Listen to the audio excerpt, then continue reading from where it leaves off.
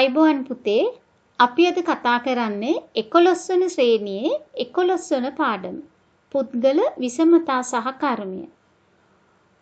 පුද්ගලයන්ගේ විවිධත්වය හා කර්මය මොන අයුරින්ද හැඩ ගැසී තියෙන්නේ කියලා තමයි පුතේ මේ පාඩමෙන් අපි කතා කරන්නේ. පුතාලා පෙරලගමු 79 වන පිටුව 11 වන පාඩම.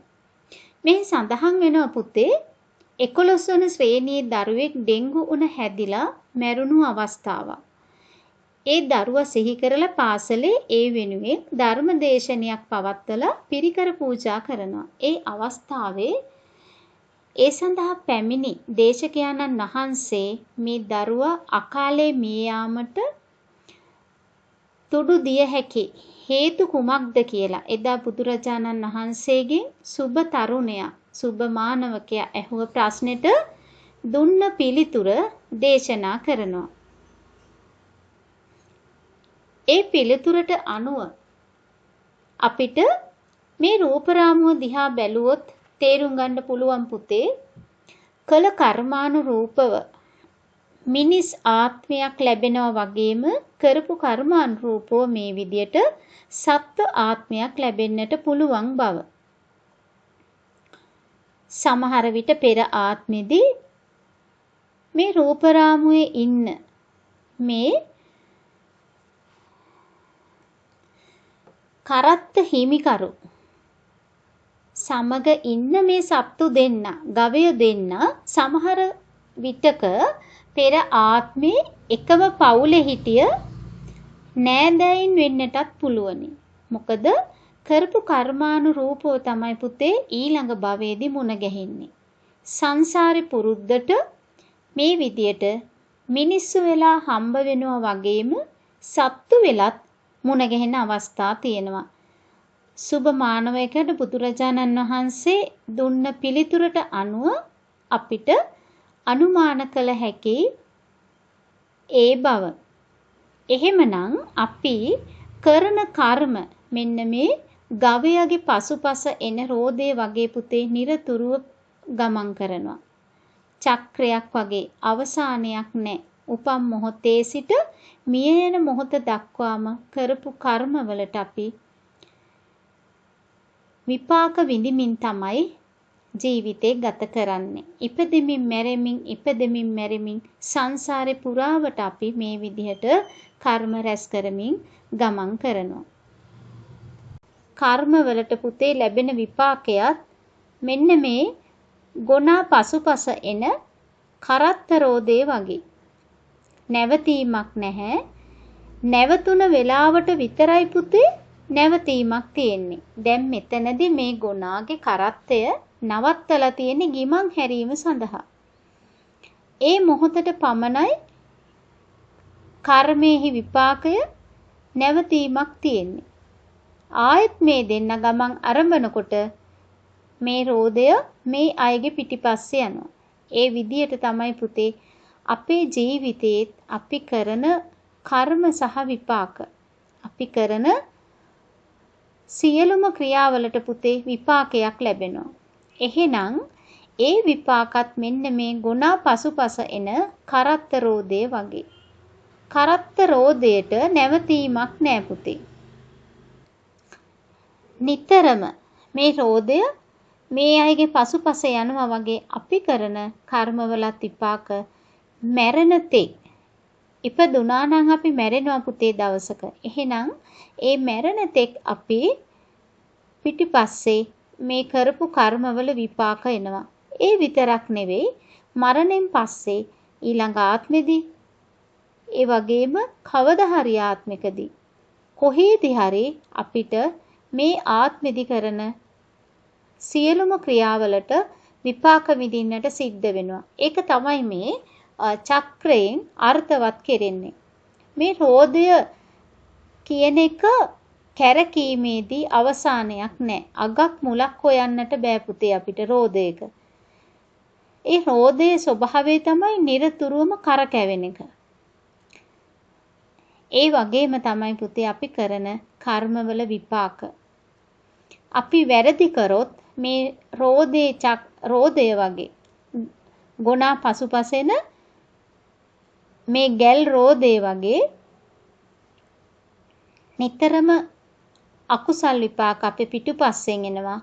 ඒ වගේම පුතාලට මෙතන හෙවණැල්ලක් දකින්න තියෙනවා. මේ හෙවණැල්ල වගේ තමයි පුතේ අපි කරන කුසල් කර්ම. කුසල් කර්මවල විපාක හරියට මේ හෙවණැල්ල වගේ අපි අත හරින්නේ නැහැ. අපිත් එක්කම ඉන්නවා කුසල් කර්මවල විපාක. එහෙමනම් පුතේ අපි බලමු ක්‍රියාවක් නැත්තම් කර්මය කියන්නේ මොකක්ද කියලා. කර්මය කියන්නේ පුතේ ක්‍රියාව. ඒ ක්‍රියාව චේතනාවක් සහිතවම තමයි සිද්ධ වෙන්නේ. ඕනෑම ක්‍රියාවක් කරන්නට පෙර පුතේ අපිට අපේ සිත මුල් වෙනවා. අපේ හිතෙන් අපි හිතලා තමයි ඕනෑම දෙයක් සිද්ධ කරන්නේ. මෙතනදී පුතාලට පේනවා වැරදි වැඩක් සහ හොඳ වැඩක් කියන ක්‍රියාවන් දෙකම. මේ රූපරාමයේ එක පසෙකින් සත්ත්ව ඝාතනයක්, සත්ත්ව හිංසනය, අනෙක් පසෙන් බුදුරජාණන් වහන්සේට උවැසියක් මල් පූජා කරන ආකාරය. මේ සතාට හිංසා කරන එක දිහා බලනකොට පුතේ මේ සියලුම දෙනා එකතු වෙලා කරන්නේ පාපකාරී ක්‍රියාවක්, අකුසල් ක්‍රියාවක්. හිතින් හිතලා තමයි මේ දණ්ඩ අතට අරගත්තේ. ඒ වගේමයි මේ අය දණ්ඩක් අතට අරගෙන නැත්තම් ලීයක් අතට අරන් මේ සතාට ගහනකොට ඒගොල්ලන්ගේ සිතුවිලි අනුවමයි මේ අනුව මෙතෙන්දි ඒගොල්ල ක්‍රියාත්මක වෙන්නේ. එහෙනම් චේතනාව මුල් කරගෙනම තමයි මේ අකුසල් ක්‍රියාව මේ කණ්ඩායමම එකතු වීමෙන් සිද්ධ කරනු ලබන්නේ. ඒ වගේමයි පුතේ අනෙක් පසින් මේ අත්තම්මා කෙනෙක් උපාසිකාවක් බුදුරජාණන් වහන්සේට මල් පූජා කරන ආකාරය. හිත මුල් කරගෙනම තමයි පුතේ මල් කඩන්නේ පන්සල් යන්න හිතලා. ඒ මල් ටික කඩාගෙන විහාරස්ථානයට ගිහිල්ලා බුදුරජාණන් වහන්සේට ඒ මල් ටික පූජා කරන්න මුලින්ම මුල් වෙන්නේ පුතේ චේතනාව. එහෙනම් චේතනාව මුල් කරගෙනම තමයි හැම ක්‍රියාවක්ම සිද්ධ කරන්නේ කුසල් හෝ අකුසල් හෝ.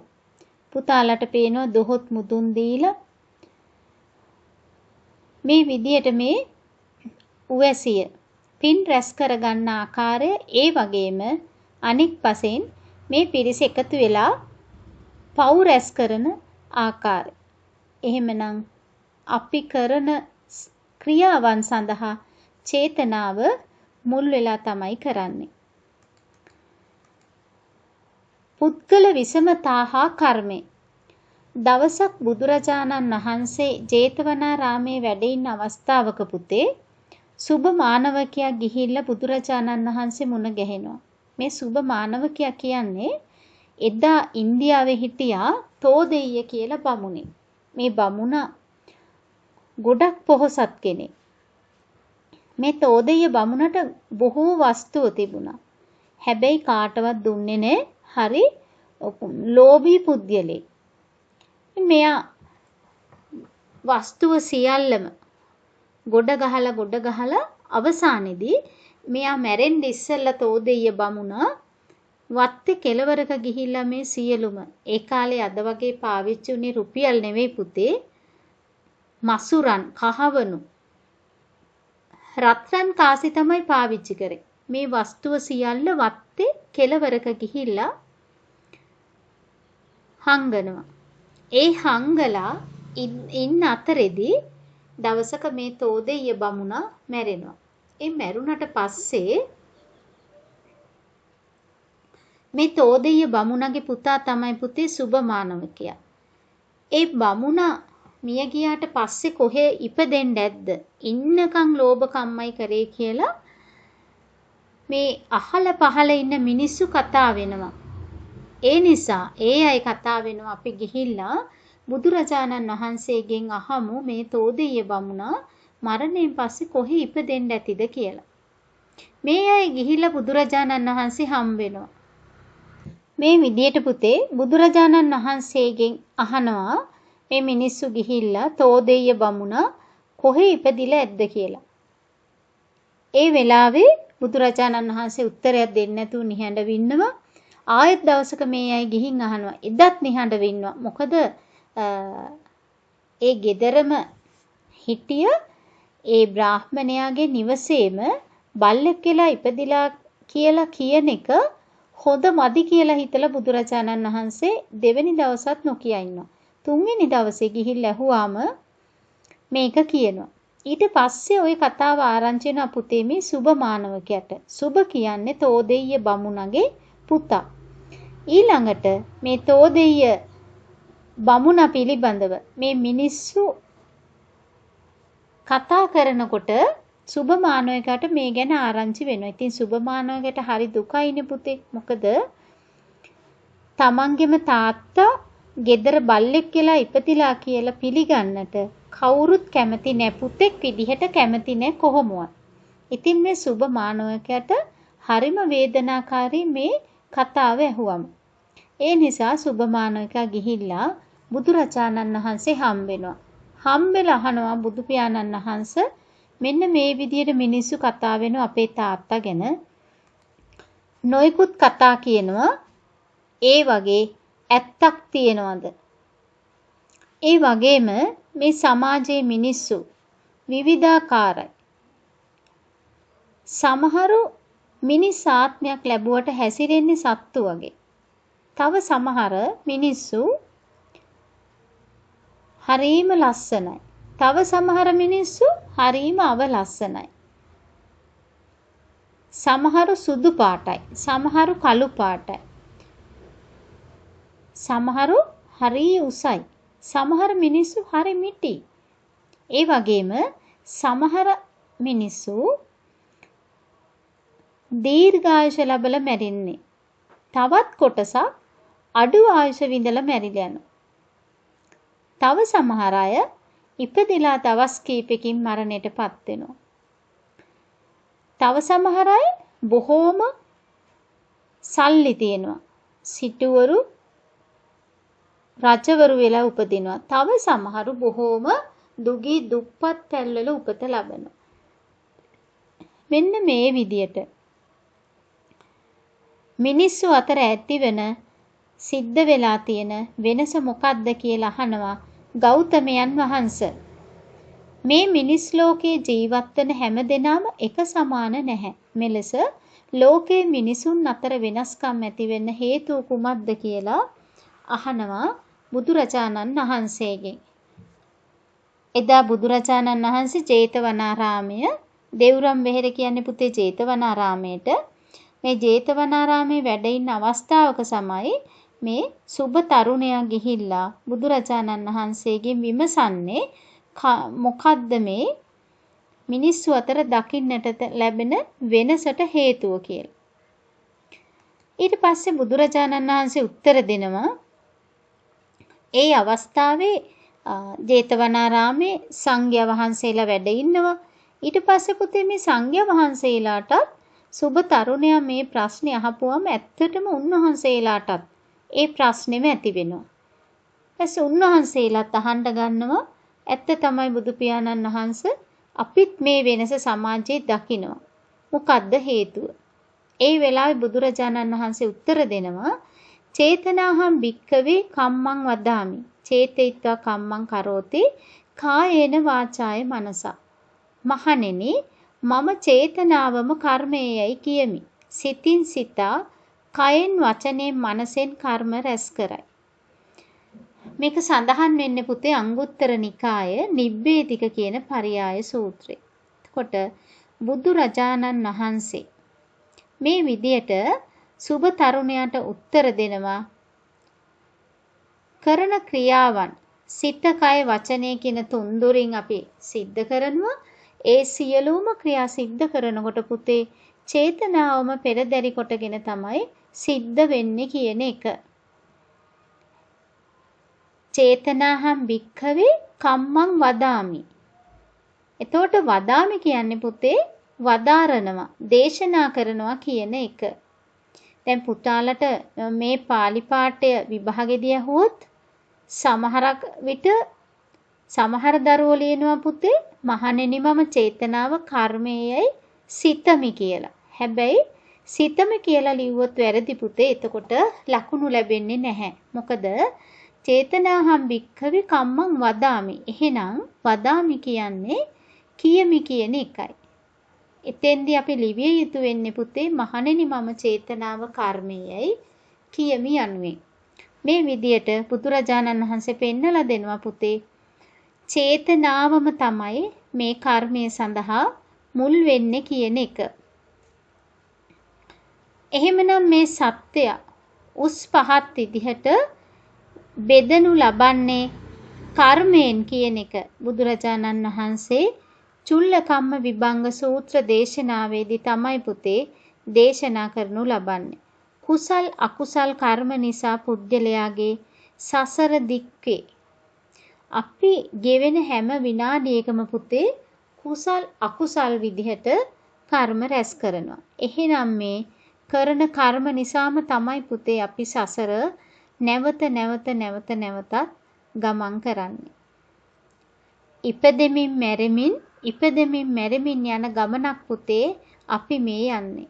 හරියට අර ඉස්සර වෙලා රූපරාමයේ දැකපු ගොනා පසුපස යන කරත්ත රෝදේ වගේ. නැවතීමක් නෑ පුතේ.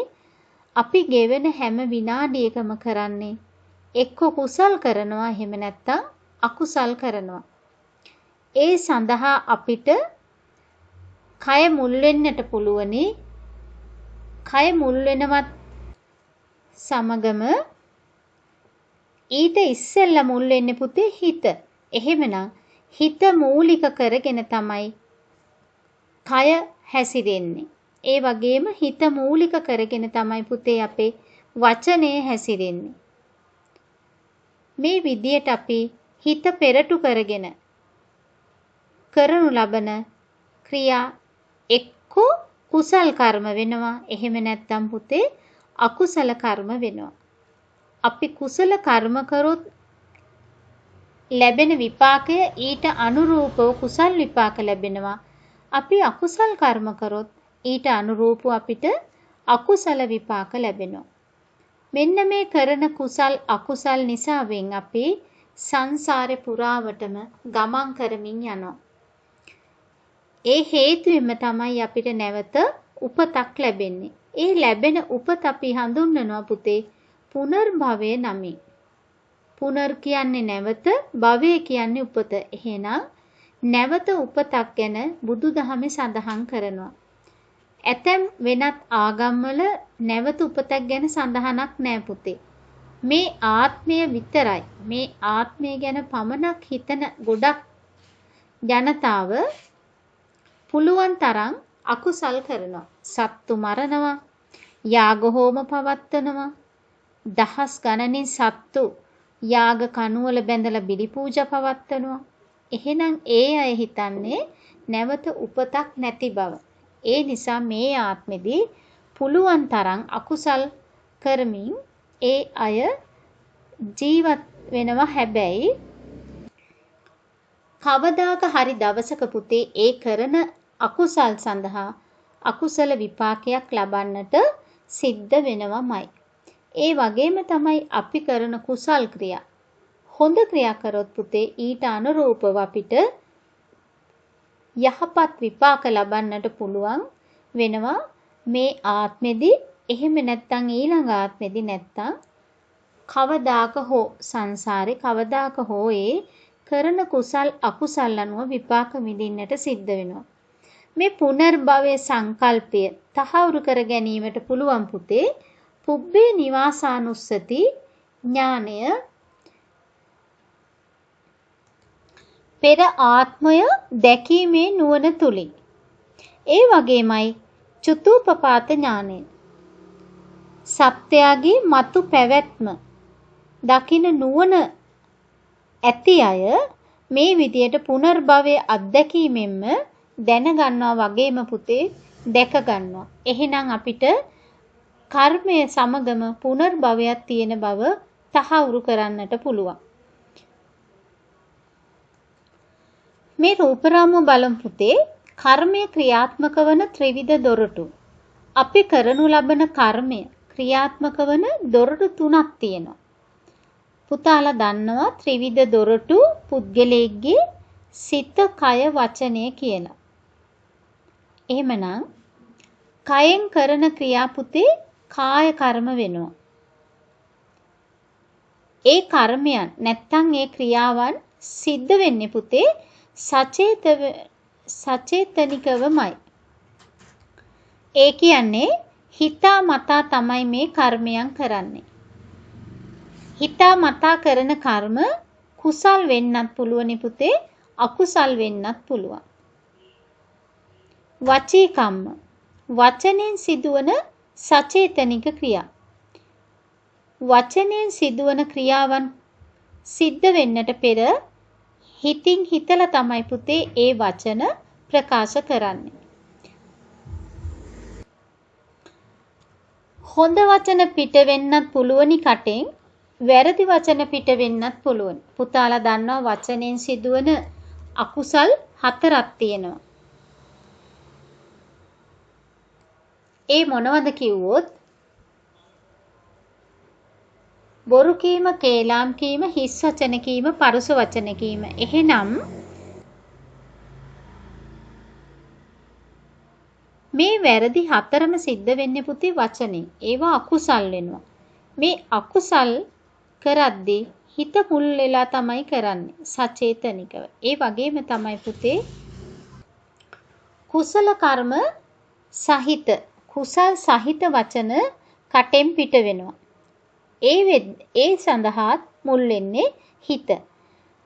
මනෝකම්ම මනසින් සිදුවන සචේතනික ක්‍රියා. මනස පෙරදරි කරගෙන පුතේ කුසල් ක්‍රියාවන් කරන්නත් පුළුවන්, අකුසල් ක්‍රියාවන් කරන්නත් පුළුවනි. උදාහරණයක් කිව්වොත් මොනවද කියලා? දරුවෙකුට පන්සල් යන්න හිතුනොත්, මල් කඩන්නට හිතුනොත් පුතේ ඒක කුසල් ක්‍රියාවක් වෙනවා මනසින් සිදු කරන. ඒ වගේම දකින ඇහැ ගැටෙන සතෙක් මරන්නට හිතුනොත් පුතේ ඒක මනසින් සිදු කරන අකුසල් ක්‍රියාවක් වෙනවා. මෙන්න මේ විදියට පුතේ අපේ කය, වචනය, මනස කියන ත්‍රිවිධ දොරටු මුල් කරගෙන අපි නිරතුරුවම පුතේ කුසල් අකුසල් රැස් කරමින් තමයි අපි මේ සසර ගත කරන්නේ. ඒ නිසාම තමයි පුතේ නැවත නැවතත් අපි උපතක් සිද්ධ වෙන්නේ. කුසල් අකුසල් රැස් කිරීම හේතුවෙන්. මේ විදියට පුතේ කර්මයේ ප්‍රධාන ප්‍රභේද දෙකක් තියෙනවා. කුසල කර්ම හා අකුසල කර්ම. එහෙනම් කුසල් කර්ම කිව්වේ පුතේ හොඳ කර්ම. බෞද්ධ සාහිත්‍යයේ සඳහන් වෙනවා පුතේ මේ කුසල කර්ම සුදු කර්ම විදිහටත්, අකුසල කර්ම කළු කර්ම විදිහට. එහෙනම් අපි නිරතුරුවම කළ යුත්තේ පුතේ සුදු කර්ම මිස කළු කර්ම නොවේ. අකුසල කර්ම කිරීමෙන් අපාගත වීමත්, කුසල කර්ම කිරීමෙන් සුගතියක උපත ලැබීමත් සිද්ධ වෙන නිසා අපි නිරතුරුව මහන්සි ගන්න ඕනේ පුතේ කුසල් ක්‍රියාවන් පමණක්ම සිද්ධ කරන්න. ඒ තුලින් අපිට පුළුවන් වෙනවා පුතේ අපේ සසර ගමන කෙටි කරගන්න. අපි බලමු පුතේ 79 වෙනි පිටුව. 79 වෙනි පිටුවේ අන්තිම ඡේදය සඳහන් වෙනවා පුතේ හොඳ ක්‍රියා හොඳ ප්‍රතිඵල උදා කරයි, සුගතියක ඉපදීමට උපකාරී වෙයි. බුදු දහමෙහි එබඳු හොඳ ක්‍රියා හඳුන්වන්නේ පින, කුසලය යනාදි වචනවලිනි. මෙසේ චේතනාව මුල් කොටගත් යහපත් හා අයහපත් ක්‍රියාදාමයන් කර්ම නම් වේ. මිනිස්සු තිදොරින්ම කර්ම රැස් කරති. එනම් සිතින්, කයින් හා වචනයෙනි. මේ විදියට පුතේ පුද්ගලයා ගෙවෙන හැම තප්පරයකම කරන්නේ කුසලයක් එහෙමත් නැත්නම් අකුසලයක්. ඒ සඳහා මූලික වෙන්නේ පුතේ චේතනාවමයි. හිතින් හිතලා තමයි සියලු කර්ම සිද්ධ කරන්නේ. කුසල කර්ම කිරීමට පුද්ගලයා පොළඹවන ප්‍රධාන මූල ත්‍රිත්වයකි. ත්‍රිත්වය කියන්නේ පුතේ තුනක්. එහෙනම් කුසල් කර්ම කරන්නට පුද්ගලයා පොළඹවනවා පුතේ කුසල් මුල් තුනක්. ඒ තමයි අලෝභය, අද්වේෂය, අමෝහය. අලෝභය කියන්නේ පුතේ නිර්ලෝභී බව. පුතාලා දන්නවා ඇතැම් මිනිස්සු ඉන්නවා සමාජේ කිසි කෙනෙකුට කිසි දෙයක් දෙන්නේ නැහැ. හරිම ලෝභයි. අපි ඒ වෙලාවට මතක් කරනවා හරියට අදින්න පුබ්බක සිටුවරයා වගේ කියලා. බුදුරජාණන් වහන්සේගේ කාලයේ හිටිය පුතේ අදින්න පුබ්බක කියලා සිටුවරෙක්. හරිම ලෝභයි. ඉතින් ඒ විදියට කෙනෙක් ලෝභී වෙනවා නම් පුතේ ඒක අකුසලයක් වෙනවා. හැබැයි කුසලයක් වෙන්න නම් නිර්ලෝභී විය යුතුයි. Tamanට හම්බ වෙන කිසි දෙයක් කිසිදු ලෝභකමකින් තොරව තව කෙනෙකුට දානය කරන්න පුළුවන් නම් පුතේ එතන තමයි තියෙන්නේ අලෝභය. ඒ වගේමයි අද්වේෂය. ද්වේෂයෙන් තොර බව. ද්වේෂය කියන්නේ පුතේ තරහ ගතිය. තරහව පුද්ගලයෙකුට හොඳ නැති ගුණ ධර්මයක් බව පෙන්නලා දෙනවා බුදුරජාණන් වහන්සේ. ඒක අකුසල් ද්වේෂය අකුසල් මූලයක් වගේම පුතේ පුද්ගලයා තවන දෙයක් බවට පත් වෙනවා. නිරතුරුවම පුද්ගලයා මෙන්න මේ ද්වේෂයෙන් රත් වෙලා තමයි ඉන්නේ. ඒ කියන්නේ ගින්දර කියන දේ හොඳ නැති දෙයක් පුතේ. ගින්දර තුලින් කරන්නේ නිරතුරුව පිච්චෙන එක.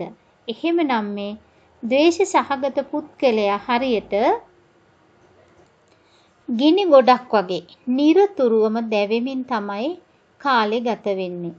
අනෙක් අය කෙරෙහි හැම මොහොතකම කොයි වෙලේ බැලුවත් පුතේ තරහෙන්මයි ඉන්නේ. එහෙමනම් ඒ තරහ ගතියෙන් අයින් වෙන එක ද්වේෂයෙන් තොර වීම තමයි පුතේ අනෙක් අයට මෛත්‍රී කිරීම තමයි අද්වේෂය වෙන්නේ. අමෝහය. මෝහය කියන්නේ පින්පව් විපාක ආදිය පිළි නොගැනීම. එහෙනම් ඕනෑම ක්‍රියාවක් පින තියෙනවා ඒ වගේම පවක් තියෙනවා. ඒ පිනට අනුව පින් විපාක ලැබෙනවා, කරන පවට අනුව පව් විපාක ලැබෙනවා. ආදි වශයෙන් පින පව මොකද්ද? ඊට අනුරූපව ලැබෙන විපාකය මොකද්ද කියන එක පුතේ නුවණින් විමසලා පිළිගැනීම තමයි අමෝහය වෙන්නේ. එහෙමනම් මෙන්න මේ කුසල් කර්ම නිර්ලෝභී බව, නිර්ලෝභී වෙන්නට නම් ලෝභකමින් ඉවත් විය යුතුයි. නැති බැරි කෙනෙක් ඉල්ලගෙන આવොත් අපිට යමක් දෙන්නට පුළුවන් වෙන්න ඕනේ. ඒ වගේම හිතාමතා සංඝයා වහන්සේ බුදුරජාණන් වහන්සේ වෙනුවෙන් දානය දීමට හැකි වෙන්න ඕනේ. අද්වේෂය කියන්නේ ද්වේෂයෙන් තොරවීම. තමන් ඉදිරියට එන ඕනෑම තරහකාරයෙක් ඕනෑම හතුරෙක් ඉදිරියේ අපිට පුළුවන් නම් මෛත්‍රී සහගත වෙන්න. ඒක තමයි පුතේ අද්වේෂය වෙන්නේ. ඒ වගේමයි කරන ක්‍රියාවන් පින මොකද්ද පව මොකද්ද අඳුරගෙන නුවණින් විමසලා පින් පව් වල විපාක මොනවද කියලා පිළිගැනීම තමයි පුතේ අමෝහය වෙන්නේ. පුතාලට මේ රූප රාමුව දිහා බැලුවොත් හොඳින් අපිට අවබෝධ කරගන්නට පුළුවන් පුතේ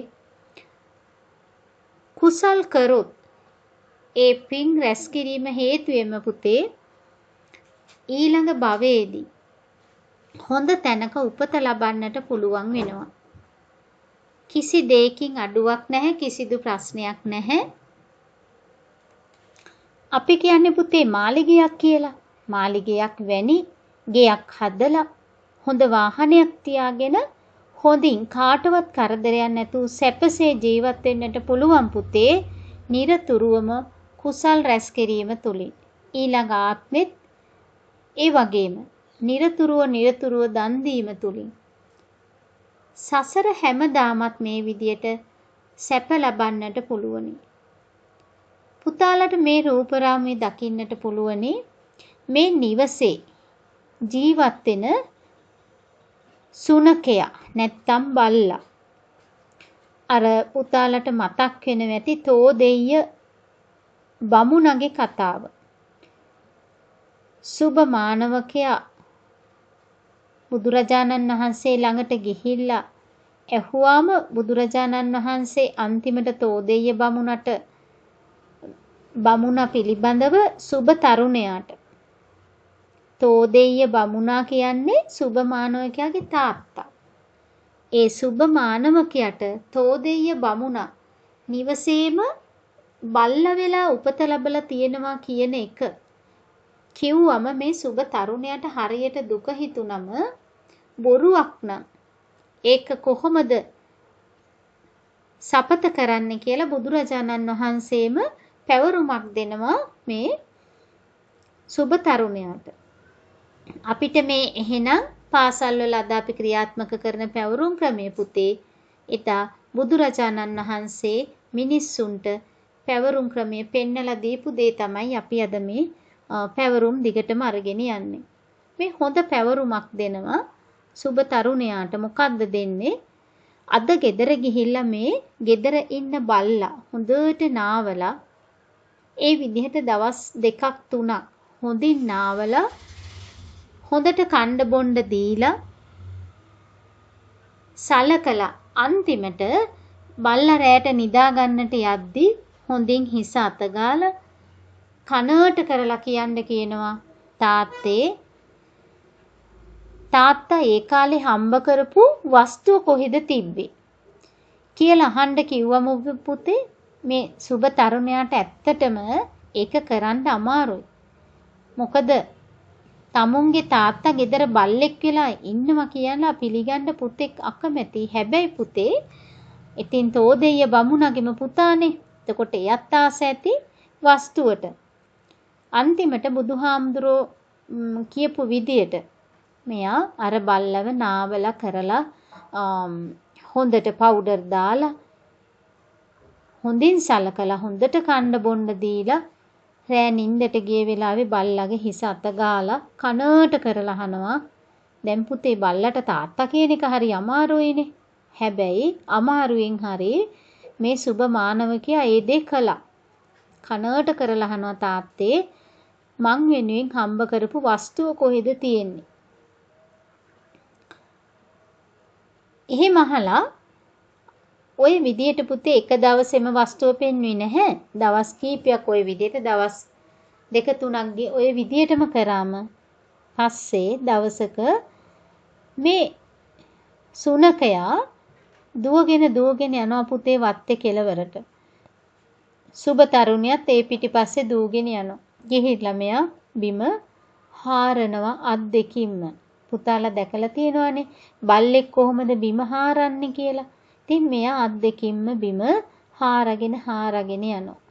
ගිහිල්ලා හොම්බ බිමට තියලා පෙන්නනවා මෙන්න මෙතන තමයි වස්තුව තියෙන්නේ කියලා. ඉතින් මේ සුබ තරුණයා ඊට පස්සේ එතන වල හැරීමට අවශ්‍ය ආම්පන්න ගෙනියලා බිම හාරලා බලනකොට පුතේ ඇත්තටම රන් කහවණු මසුරන් කෝටි ගණන් තැන්පත් කරලා තියෙනවා මේ පොළව යට. ඉතින් ඒ වෙලාවේ සුබ තරුණයා පිළිගන්නවා මේ බුදුරජාණන් වහන්සේ කියන දේ උන්වහන්සේගේ දහම ඇත්ත තමයි ඒ කියපු විදියටම. නැත්තම් මේ මෙයා කීයටවත් හිතන්නේ නැහැ එයාගේ තාත්තා ගෙදර බල්ලෙක් කියලා කියලා. මේකේ සත්‍යතාවය සුබ තරුණයා අත්දැකීමෙන්ම විඳිනවා පුතේ. අපිට මේකෙන් ගන්න තියෙන්නේ පුතේ එදා අදින්න පුබ්බක සිටුවරයා වගේම මේ තෝදෙය්‍ය බමුණත් මහා ලෝභී පුද්ගලෙක්. එහෙමනම් ඒ අධික විදියට ලෝභ කිරීම පුතේ අපේ ජීවිතේ නොවටිනා දෙයක්. මෙතෙන්දී ඉස්මතු කරලා පෙන්වන්නට අදහස් කළේ පුතේ මේ කර්ම හා විපාක පාඩම තුලින් අපි ජීවත් වෙන කාලය පුංචි කාලයක් පුතේ. අපි මේ ටික කාලයකට තමයි මේ ලෝකෙට ඇවිත් තියෙන්නේ. අපි ඉපදුනා නම් දවසක මැරෙනවා. ඒක තමයි කර්මය හා විපාකය කියන්නේ. හැබැයි ඒ ජීවත් වෙන කාලය තුල පුතේ අපි හොඳ දේ කරොත් ඊට අනුරූපව අපිට හොඳ විපාක කුසල් විපාකම ලැබෙනවා මේ ආත්මෙදිත් ඊළඟ ආත්මෙදිත් සසර පුරාවටම. අපි අකුසල් කර්ම කරොත් ඊට අනුරූපව පුතේ අකුසල විපාක ලැබෙනවා මේ ආත්මෙත් ඊළඟ ආත්මෙත් සංසාරේ පුරාවටම. එහෙමනම් අපි හරි ප්‍රවේශම් විය යුත්තේ පුතේ. මොකද කර්ම රැස් කරනකොට අපිට දැනෙන්නේ නැහැ මේවා කුසල්ද අකුසල්ද. මේවා කරොත් අපි කොහේ යයිද? ගොඩක් වෙලාවට මිනිස්සු ඒ ගැන නොහිතා තමයි පුතේ කර්ම රැස් කරන්නේ. හැබැයි ඒ රැස් කරපු කර්ම වලට විපාක ලැබෙනකොට පුතේ ඒක හරිම භයානකයි. මොකද මේ වගේ විශාල ගෙවල් වල පුතාලා දැකලා තියෙනවා බල්ලෝ ඇති කරන ආකාරය. හරි ආදරෙන් බොහොම මිනිස්සුන්ට නැති ඇතැම් දිලිඳු පවුල් වල මිනිස්සුන්ට කණ්ඩ බොණ්ඩ වේලක් හොයා ගන්නට විදිහක් නැතුව ඉන්නවා පුතේ. නමුත් මේ වගේ විශාල මන්දිරවල විශාල ගෙවල් වල ඇති කරන බල්ලෙකුට පුතේ මාසෙකට 60-70,000ක් යට වෙනවා. කෑමට, බෙහෙත් වලට, ඒ වගේම විටමින් ගැනීම සඳහා. දැන් මේ නිවසෙත් මේ සුනකයා මීට කලින් මේ ගෙදරම හිටිය කෙනෙක් විය යුතුයි කියලා පුතේ මේ රූපේ දකිනකොට අපිට හිතන්නට පුළුවන්. මේ චූටි බබා බලන්න මොන තරම් ආදරෙන් මේ සුනකයාත් එක්ක සමීප සම්බන්ධතාවයක් තියෙනවද කියන එක. එහෙමනම් මේ බල්ලත් මේ චූටි දරුවට හපන්නේ සැර කරන්නේ කිසි දෙයක් නැහැ. පෙර ආත්මික මේ දරුවගේම ඥාතියෙක් විය යුතුයි මේ නිවසේ මේ විදිහට තිරිසන් ආත්මයක් ලබාගෙන ඇවිත් ඉන්නේ.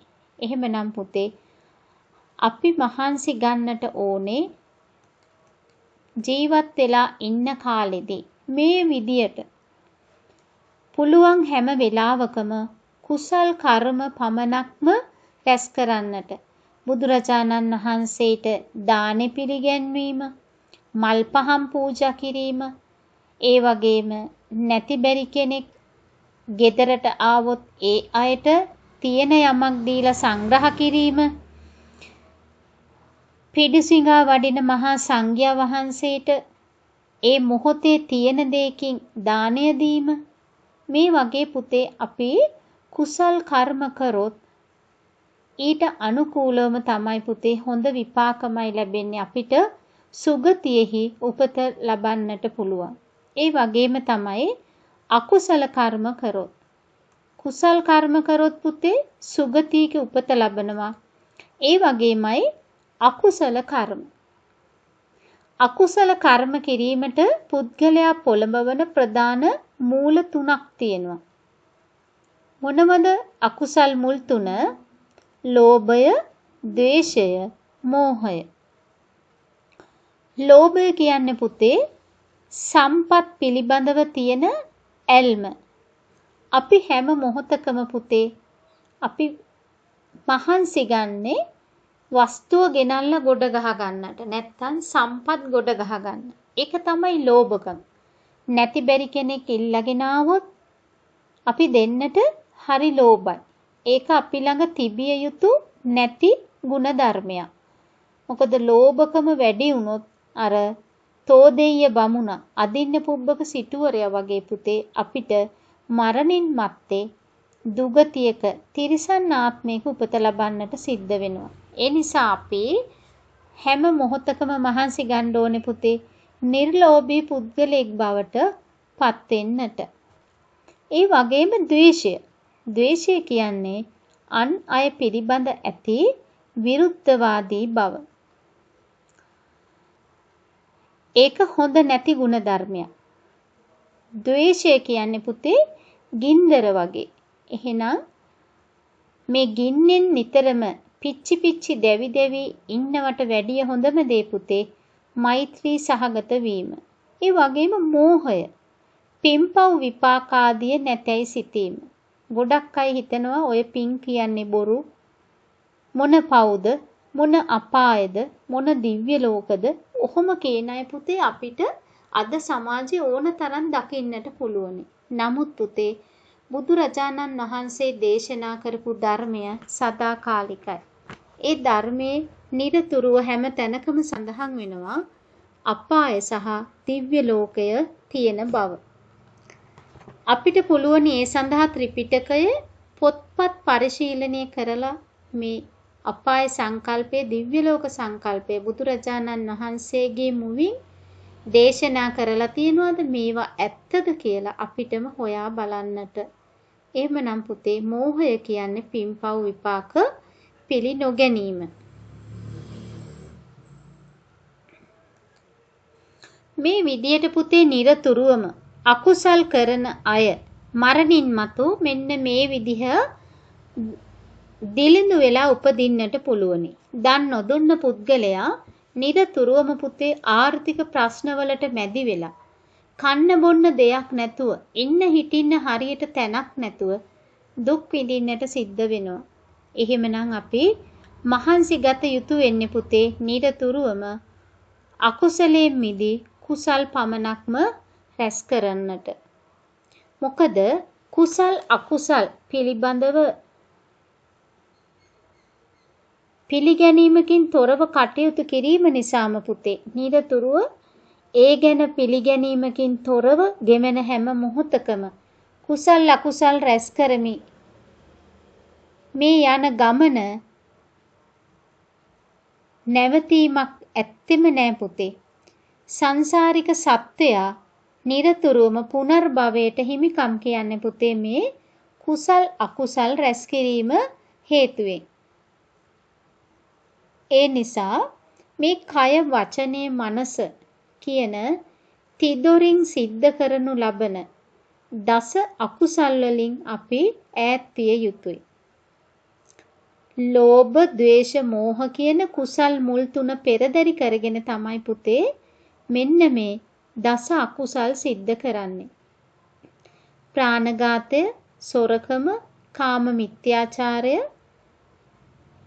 කියන වැරදි තුන පුතේ අපි කයෙන් කරන වැරදි. දස අකුසල් සිද්ධ කරනවා කය වචනයේ මනස කියන තුන් දොරින්ම. එහෙමනම් සත්තු මැරීම, සොරකම් කිරීම, කාමයේ වරදව හැසිරීම කියන අකුසල් තුන අපි කරන්නේ අපේ ශරීරයෙන්. ඒ වගේම වචනෙන් කරනවා වැරදි හතරක්. බොරු කීම, කේලාම් කීම, පරුස වචන කීම හා හිස් වචන කීම. බොරු කීම පුතාලා දන්නවා. කේලම් කීමත් දන්නවා. පරුස වචන කියන්නේ පුතේ මෙතෙන්දී තව කෙනෙක්ගේ හිත රිදෙන විදියට කේන්තියෙන් තරහෙන් කතා කිරීම. හිස් වචන කියන්නේ පුතේ කිසිම තේරුමක් නැති, එලවටත් නැති, මෙලවටත් නැති ප්‍රකාශ. උදාහරණයක් විදියට ගත්තොත් පුතේ අපි ඊයේ රූපවාහිනියේ බලපු නාට්‍යයක් පිළිබඳව අද දවසේ කතා කළොත් ඒක තමයි හිස් වචනය වෙන්නේ. එහෙම නැත්නම් රූපවාහිනියේ ගිය මැච් එකක් බලලා ඒ ගැන අපි අද කතා කරොත් මොකද ඒ අය දහස් ගණනින් ලක්ෂ ගණනින් මුදල් හොයලා ඉවරයි. හැබැයි අපි ඒ ගැන අද පැය ගණන් වරු ගණන් කතා කර කර හිටියොත් දෙතුන් දෙනෙක් එකතු වෙලා ඒක තමයි පුතේ හිස් වචනයක් බවට පත් වෙන්නේ. එහෙමනම් වචනයෙන් කරන වැරදි 4යි, කයෙන් කරන වැරදි 3යි. මනසෙන් සිද්ධ කරන වැරදි 3ක් තියෙනවා. අවිද්‍යාව, ව්‍යාපාදය, මිත්‍යා දෘෂ්ටිය. අවිද්‍යාව කියන්නේ පුතේ දැඩි ලෝභය. මේක හිතේ ඇතිවෙන ස්වභාවයක්. ව්‍යාපාදය කියන්නේ දැඩි තරහ. ඒකත් හිතේ ඇතිවෙන ස්වභාවයක්. මිත්‍යා දෘෂ්ටිය කියන්නේ වැරදි දැකීම. ඒ කියන්නේ තුනුරුවම් පිළිබඳ කිසිදු විශ්වාසයක් නැතිකම. මෝඩකම කියන්නේ මේ මිත්‍යා දෘෂ්ටියම තමා පුතේ. එහෙනම් දැඩි ලෝභය, ව්‍යාපාදය, මිත්‍යා දෘෂ්ටිය මනසින් ඇති කරන අකුසල්. මෙන්න මේ දස අකුසලයෙන් ඈත් වෙලා පුද්ගලයා නිරතුරුවම කුසල කර්මම කළ යුතු බව තමයි බුදුරජාණන් වහන්සේ අපිට පෙන්නලා දෙන්නේ. එහෙමනම් පුතේ අපි පෙරලගමු 81 වෙනි පිටුව. එහි සඳහන් වෙනවා පුද්ගලයාගේ විෂමතාවය නැත්නම් විවිධත්වය ඇතිවීම සඳහා කොහොමද අපි කරන කර්මයන් ඉවහල් වෙන්නේ කියන එක.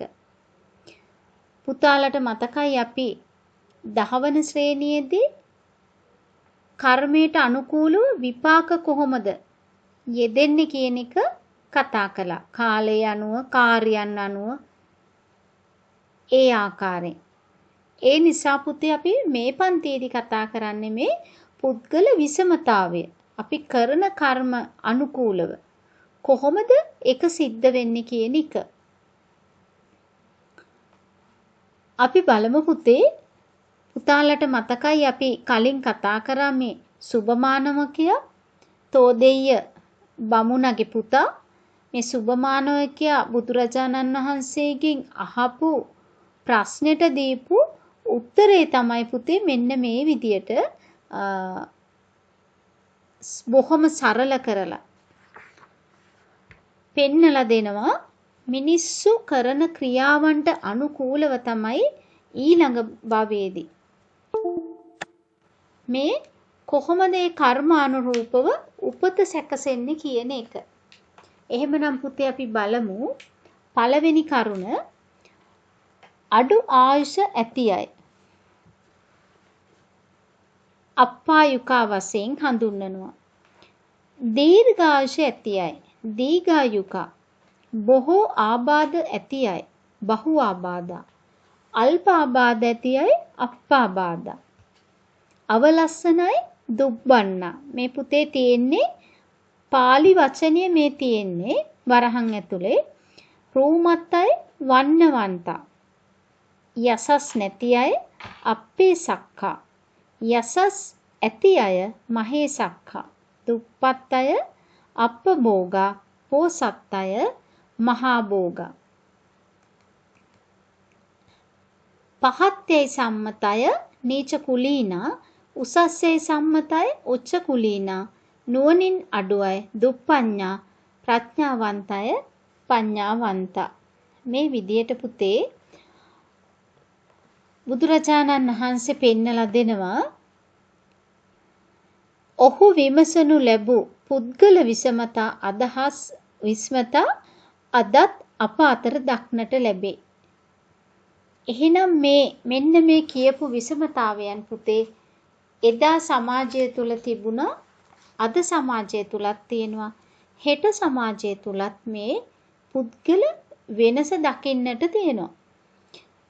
බුදුරජාණන් වහන්සේ දේශනා කරපු ධර්මය ඒ නිසයි කියන්නේ පුතේ යථාර්ථවාදී ධර්මයක් කියලා. මොකද කර්මවාදී අදහස් ප්‍රකාශ කරපු දේශකයන් ඒ කාලේ ඕන තරම් හිටියා. කර්මවාදීව පෙර ආත්මේ කරපු කර්මයට අනුවම මේ ආත්මේ උපත ඇති වෙනවා.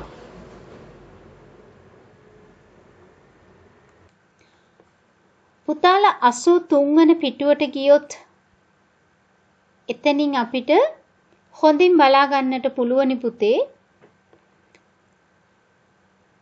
පුද්ගලයෙකු සිදු කරන ක්‍රියාව කොමක්ද ඊට අනුව ලැබෙන ප්‍රතිඵලය මොකක්ද කියන එක. එහෙනම් පුතේ සුභ මානවකයට දුන්න පිළිතුර අනුව අඩු වයසින් මිය යන්නේ ප්‍රාණඝාත කරන පුද්ගලයෝ. ඒ නිසා පුතේ එහෙමනම් අපි ප්‍රාණඝාත කිරීමට බොහෝසේ බිය යුතුයි. මොකද ඊළඟ ආත්මෙදී අඩු වයසින් මිය යන්නට ඒක ඉවහල් වෙන්නට පුළුවන් නිසා.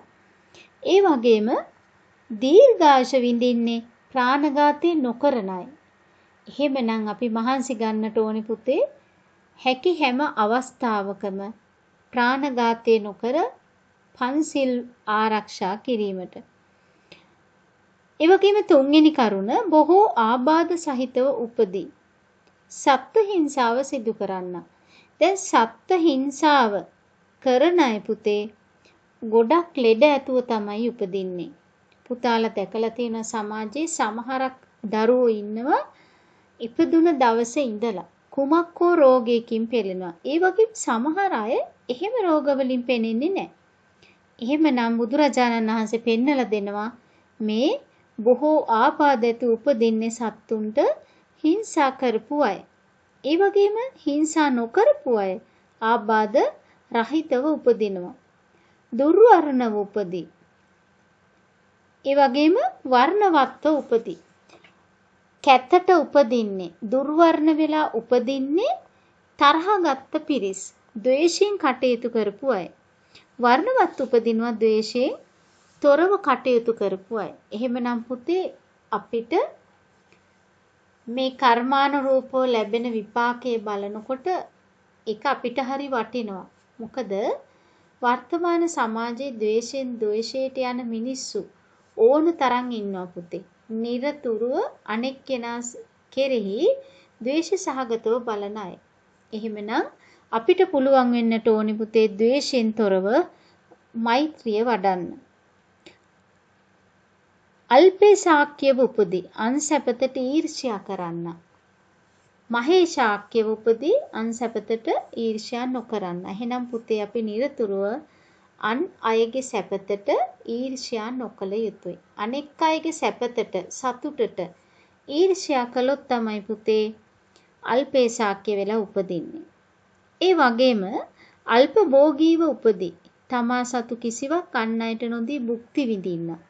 සමහරක් අය ඉන්නවා පුතේ. තමන් සතු කිසි දෙයක් තව කෙනෙකුට දීමට අකමැති.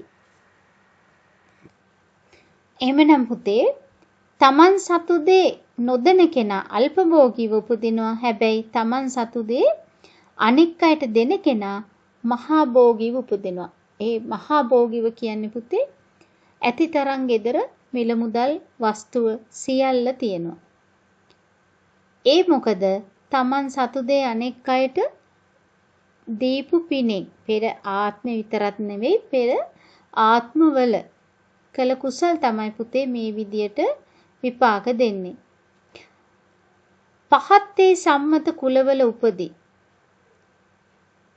පහත්තේ සම්මත කුලවල උපදින්නට හේතුව තමයි පුතේ ගරු කළ යුතු අයට ගරු නොකිරීම. ඒ වගේම උසස්යි සම්මත කුලවල උපදී. ගරු කළ යුතු අයට ගරු කරන පුජ්‍යලයා. ප්‍රඥාව අඩුව උපදී. කුසල් මොනවද අකුසල් මොනවද ඇත්ත මොකද්ද බොරුව මොකද්ද කියලා කිසිදු විමසීමක් කරන්නේ නැති අය පුතේ ප්‍රඥාව අඩු වෙලා උපදිනවා. ප්‍රඥාවන්තව උපදින්නේ කුසල් මොනවද අකුසල් මොනවද ඇත්ත මොකද්ද ඇත්ත ධර්මය මොකද්ද කියලා හෙවිල්ලෙන් හිටපු අය විතරමයි. එහෙමනම් පුතේ මේ විදියට කරුණු 14ක් ඔස්සේ බුදුරජාණන් වහන්සේ මේ සුභමානවකයට පෙන්නලා දෙනවා. පුද්ගලයන් අතර විෂමතාවයට හේතුව මේ තමන් විසින්ම කරන ක්‍රියාවන් වල ප්‍රතිඵලයක් විදිහට බව. 84 පිටුවට යමු පුතේ. 84 පිටුවේ සඳහන් වෙනවා පළවෙනි ඡේදය ගත්තොත් ඉහත දක්වන ලද කර්ම හා විපාක පිළිබඳ විස්තරය සලකා බලා ප්‍රාණඝාත කරන්න අඩු වයසින් මිය යන බවට, ද්වේෂ කරන්න අවලස්සන වන බවට, දන් දෙන තැනැත්තා පොහොසත් වී උපදින බවට යනාදි වශයෙන් මේ දේ කිරීමෙන් මේ විපාකයම අත්වෙනවා යයි අප නිගමනයකට නොපැමිණිය යුතුය. මන්ද එම ක්‍රියා අතරින් අකුසල ක්‍රියාව වුවද ප්‍රබල වූයේ නම් ඔහු හෝ ඇය මරණින් මතු නිරයේ උපදී. සත්ත්ව ඝාතනය කරන්නා ඊළඟ භවයේදී නරකාදී උපදී. එය ප්‍රමුඛ වේ. එසේ නොවි ඔහු හෝ ඇය යම් සත්වයෙකු ලෙස උපත ලැබුවේද එම තැනැත්තා හෝ තැනැත්තිය අඩු වයසෙන් මිය යයි. එහෙමනම් පුතේ දන් දුන්නයි කියලා ඊළඟ ආත්මෙදි අනිවාර්යයෙන්ම පෝසත් වෙනවා කියලා කතාවක් නම් කොයිම තැනකවත් සඳහන් කරන්නේ නැහැ බුදුරජාණන් වහන්සේ. දන් දෙන පුජ්‍යලයට ඊට අනුරූප විපාක ලැබෙනවා. හැබැයි අනිවාර්යයෙන්ම පෝසත් වෙලා උපදිනවා කියලා ඒ වගේ දෙයක් කියලා නැහැ බුදුරජාණන් වහන්සේ. මොකද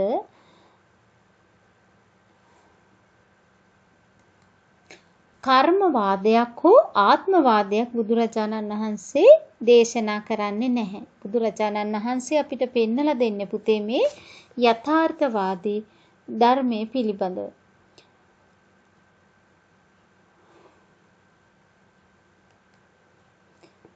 එහෙමනම් සමහර විටකදී මේ පාඩම ආරම්භයේදී අපි කතා කළා පන්ති කාමරයේදී මියගේ ශිෂ්‍යෙක් ඒ වෙනුවෙන් තමයි මේ ඒ අයගේ යාළුවෙක් මිය ගිහිලා ඩෙන්ගුන සෑදීම නිසා එහෙනම් ඒ යාළුවා වෙනුවෙන් 7 දවසේ දානෙ දීලා පින් අනුමෝදන් කරන අවස්ථාවේදී කරපු ධර්මදේශනයේ තමයි පුතේ මේ විදියට මේ කර්මය හා විපාක පාඩම පෙන්නලා දෙන්නේ.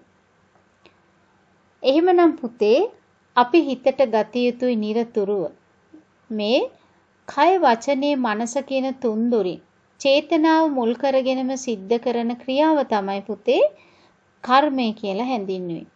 අපි නිරතුරුවම පුතේ හැම තප්පරයකම කර්ම රැස් කරනවා. ඒ රැස් කරන කර්ම කුසල්ද අකුසල්ද කියලා විමසීමකින් තොරව රැස් කිරීම නිසා තමයි පුතේ අපි මේ විදියට ඔබත් මමත් නැවත ඉපදෙමින් මැරෙමින් මේ ගමන් කරමින් යන්නේ. සංසාරේ පුරාවට මේ විදියට කුසල් අකුසල් රැස් කරමින් තමයි පුතේ අපි ගමන් කරන්නේ. නමුත් ඒ ගමන නැවැත්විය හැක්කෙත් අපටමයි. මොකද බුදුරජාණන් වහන්සේ පෙන්නලා දෙනවා මේ පුහුදුන් පුද්ගලයාගේ තියෙන අනුවණකම නිසා, මෝඩකම නිසා, අවබෝධයක් නැති නිසා තමයි පුතේ මේ විදියට කර්ම රැස් කරමින් සසර ගමන් කරන්නේ. එහෙමනම් අපි බලමු පුතේ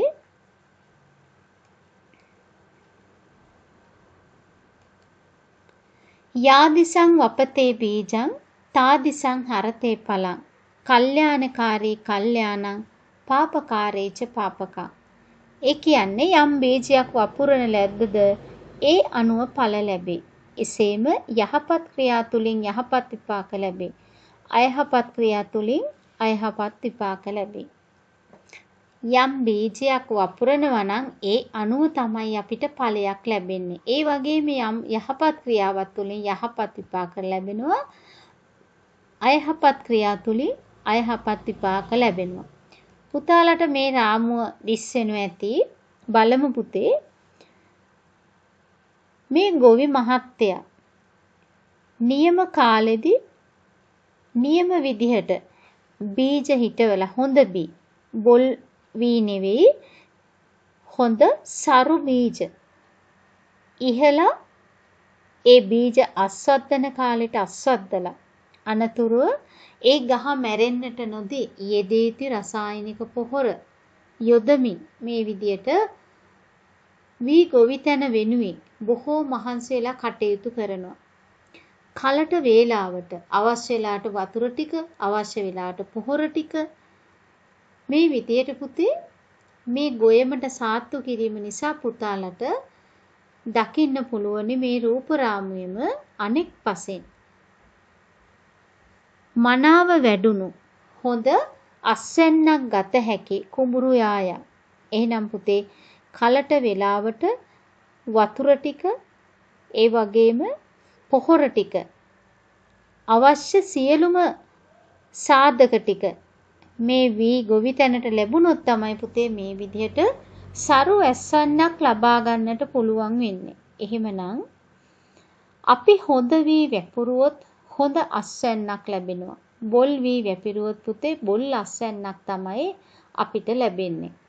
එහෙමනම් අපි හැම වෙලාවකම මහන්සි ගත යුතුයි පුතේ සරු බීජ පමණක් වපුරන්නට.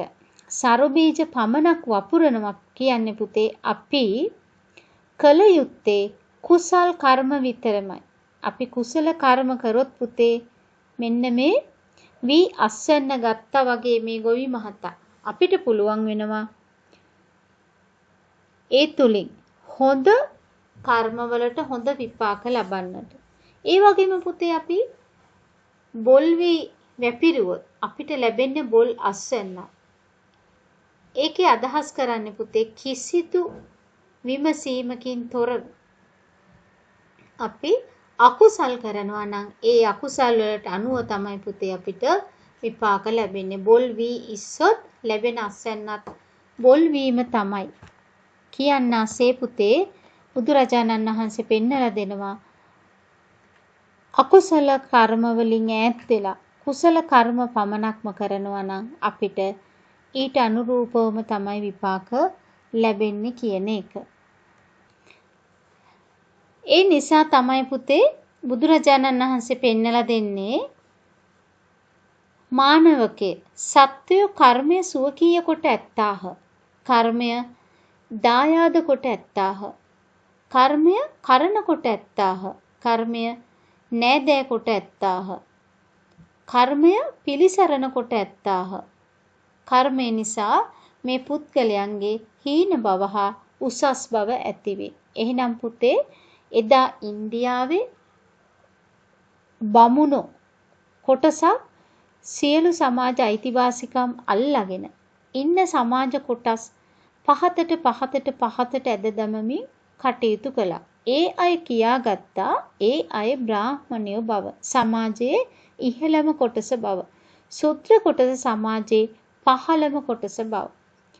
ශුද්‍ර කොටසට අයත් උනේ පුතේ කාණු අතුගාන එක, ඒ වගේම ඉහළ කුලවල බැල මෙහෙ කරන එක. මේ බ්‍රාහ්මණය සමාජයේ සියලුම ඉහළ තියෙන වරප්‍රසාද ටික සියතේ තබාගෙන තමයි කටයුතු කළේ. නමුත් පුතේ බුදුරජාණන් වහන්සේ මේ බමුණන්ට පෙන්නලා දෙනවා බාහිත පාපෝති බ්‍රාහ්මනෝ පව් බැහැර කරන්නාම බමුණෙක් වේ යනුවෙන්.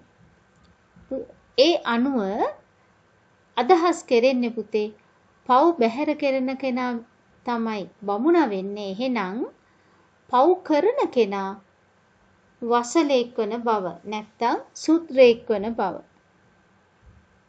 බුදුරජාණන් වහන්සේ පහළ වීමත් සමග පුතේ මේ බ්‍රාහ්මණ වාදය පොඩ්ඩක් ඉන්දියාව තුල ගැටලුවකට මුහුණ පාන්නට වුණා. මොකද ඒ බ්‍රාහ්මණ ආගම බමුණුන්ගේ මත ධර්මී ඒ සමග හිටිය පිරිස් බුදුරජාණන් වහන්සේ සමග එකතු වෙනවා. බුදුදහම වැළඳ ගන්නවා. ජෛනාගමේ එදා බලවත්ම තිබුණේ ගොඩක් ශාස්ත්‍රවරු ඒ ආගමේ හිටිය අය ඇවිල්ලා පුතේ බුදුදහම වැළඳ ගන්නවා. එහෙමනම් මම මුලින් සඳහන් කළා පුතාලට තෝදෙය්‍ය බමුණගේ පුතා තමයි සුභමානවකයා. මේ සුභමානවකයා ගිහිලා බුදුරජාණන් වහන්සේගෙන් අහන ලද ප්‍රශ්නයකට උත්තර විදිහට තමයි එදා බුදුරජාණන් වහන්සේ මේ සුභමානවකයාට කර්මය හා විපාක කියන්නේ මොනවද කියලා පෙන්නලා දුන්නේ. සිත, කය, වචනය කියන පුතේ තුන් දොරෙන් පුද්ගලයෝ හැම මොහොතකම කර්ම රැස් කරනවා. කුසල් කර්ම කරොත් ඊට අනුකූලව කුසල විපාක ලැබෙන බවත්, අකුසල කර්ම කරොත් ඊට අනුකූලව අකුසල විපාක ලැබෙන බවත් පෙන්නලා දෙනවා අපිට බුදු පියාණන් වහන්සේ. කම්මං සත්තේ විභජති යදිදං හීනප්පනීතතා. කරන කර්මානුරූපවම තමයි පුතේ පුද්ගලයන්ගේ උස් පහත් බව තීරණය වෙන්නේ. සියලු බුදුවරයාණන් වහන්සේලාගේ දේශනාව අපිට මෙතෙන්දී වැදගත් වෙනවා පුතේ. මේ කර්මය හා විපාක ගැන කතා කරන විට සබ්බපාපස්ස අකරණං කුසලස්ස උපසම්පදා සචිත්ත පරියෝදපනං ඒතම් බුද්ධාන ශාසන. සබ්බ පාපස්ස අකරණං සියලු පව් නොකිරීමද කුසල් දහම් වැඩි දියුණු කිරීමද කුසලස්ස උපසම්පදා. සචිත්ත පරියෝදපනං සිත සංසුන් කර ගැනීමද ඒතම් බුද්ධාන ශාසන සියලු බුදුවරයන් වහන්සේලාගේ දේශනාව වේ. එහෙමනම් පුතේ මේ සියලු බුදුවරයන්න් වහන්සේලාගේ දේශනාව බලනකොට අපිට පැහැදිලි වෙනවා සියලු පව් නොකර නිරතුරුවම අපි විසින් කළ යුතු වෙන්නේ පුතේ කුසල් දහම් රැස් කරන එක. මොකද සිත පිරිසිදු නම් පුතේ අපිට නිරතුරුවම කුසල් වැඩිවීමට හැකි. මේ ගමන හරි භයානකයි පුතේ. මම මුලිනුත් සඳහන් කළා මේ කර්ම විෂය තව කෙනෙකුට පහදලා දෙන එක පුතේ හරිම අමාරු වැඩක්. බුදුරජාණන් වහන්සේලා පමණමයි පුතේ තේරෙන්න හොඳ විදියට කර්මය මොකද්ද විපාක මොකද්ද කියලා දිය හැක්කේ. නමුත් උන්වහන්සේගේ මඟ යමින් අපිට මේ කර්ම විෂය පිළිබඳව දේශකයන්න් වහන්සේලා අපිට පෙන්වා දෙමින් කරන ඒ මහඟු මෙහෙවර නිසා පුතේ අපිට ස්වල්ප වශයෙන් හෝ මේ කර්මය මොකද්ද විපාක මොකද්ද කොහොමද විපාක ලැබෙන්නේ එහෙමනම් අපි කළ යුතු කොයි වගේ කර්මද අපිට යා හැකි තැන මොකද්ද මේ ආදී වශයෙන් පුතේ අපිට හිතලා අපිට තීරණ ගත හැකිව තිබෙනවා මේ බුදුරජාණන් වහන්සේ එදා තෝදෙය්‍ය මානවකයාගේ පුතා සුභ මානවකයාට තෝදෙය්‍ය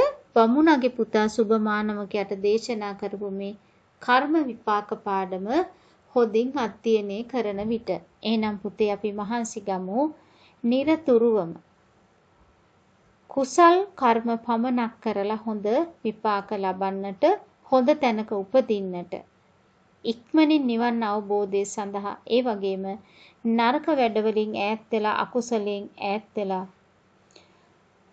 අපේ මේ ඉපදෙමින් මැරෙමින් යන මේ සංසාර ගමන පුළුවන් තරම් කෙටි කර ගන්නට. හරි පුතේ එහෙමනම් අපි බලමු පුතේ පෙළපොත 85 පිටුව සාරාංශය බලමු. මේ ලෝකයේ ඉපදුන අපට සැප මෙන්ම දුක්ද විඳීමට සිදුවේ. එය නොපෙනෙන දෙවියෙකුගේ කැමැත්ත නිසා සිදුවන්නක් නොව අපලද පූර්ව කර්ම විපාක අනුව සිදුවන්නකි. අද අප සිදු කරන කුසල අකුසල කර්මවල විපාක මේ ආත්ම භාවයේදී හෝ පසු ආත්ම භාවයකදී හෝ විඳීමට සිදුවන බව පැහැදිලිය. සියල්ල කර්මයෙන් සිදු නොවුවද කර්මයේද ජීවිතයට බලපාන එක් සාධකයකි. එහෙනම් පුතේ බුදුරජාණන් වහන්සේගේ දේශනාවට අනුව අපිට පුළුවනි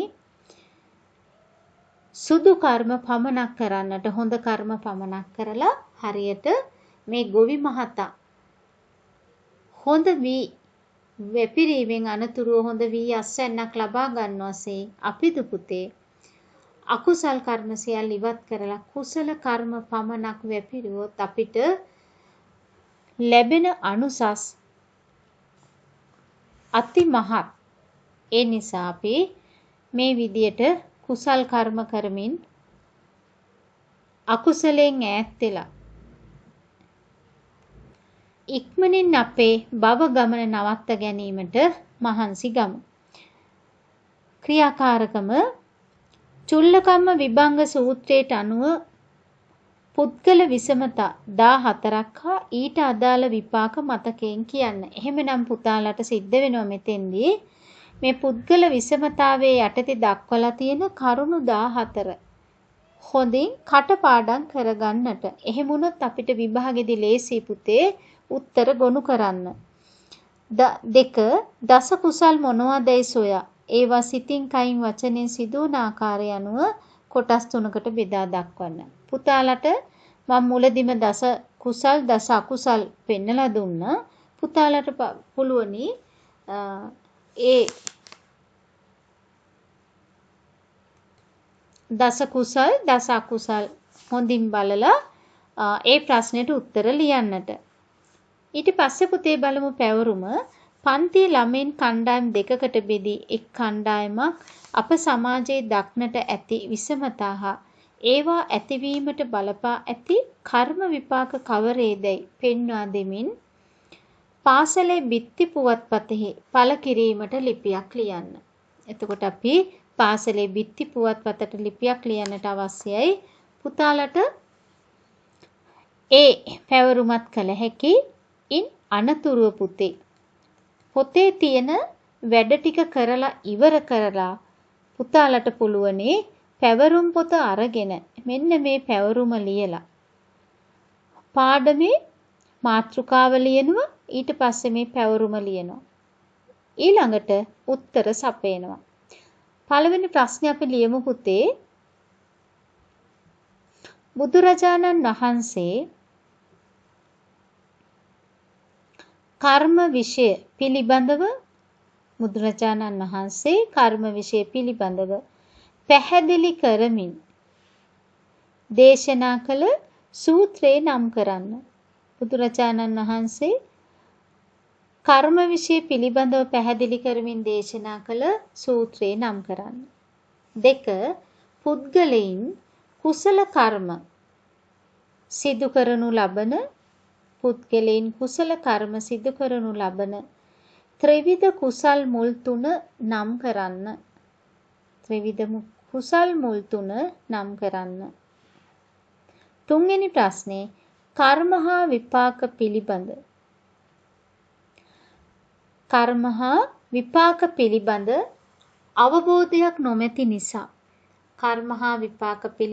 අවබෝධයක් නොමැති නිසා පුද්ගලයන් නිරතුරුව අකුසල් රැස් කර දුගතිගාමී වෙයි.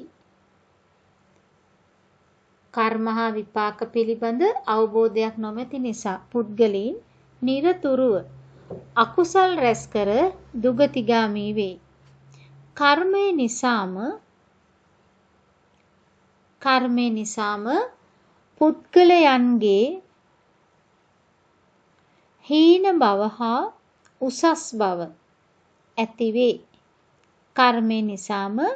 පුද්ගලයන්ගේ හීන බව හා උසස් බව ඇතිවේ. මේ පිළිබඳව විස්තර කරන්න. හොඳයි පුතේ. එහෙමනම් පුතාලට පුළුවනි මේ ප්‍රශ්න 3ට.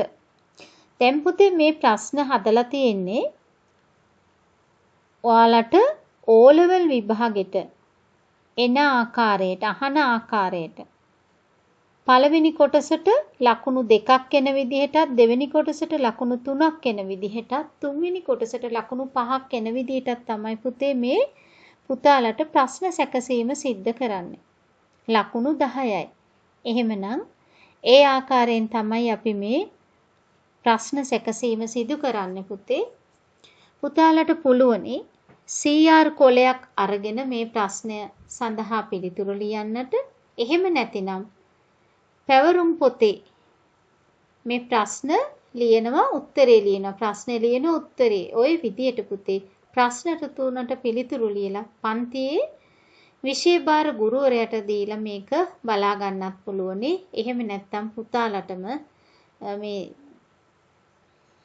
දී ඇති පිළිතුරු සමග සැසඳීමක් කරලා ඔබේ දැනුම මොන වගේද කියලා නිරීක්ෂණය කරන්නට පුළුවනි. හොඳයි පුතේ. එහෙමනම් අපි පාඩම අවසන් කරමු. ආයිබෝවන්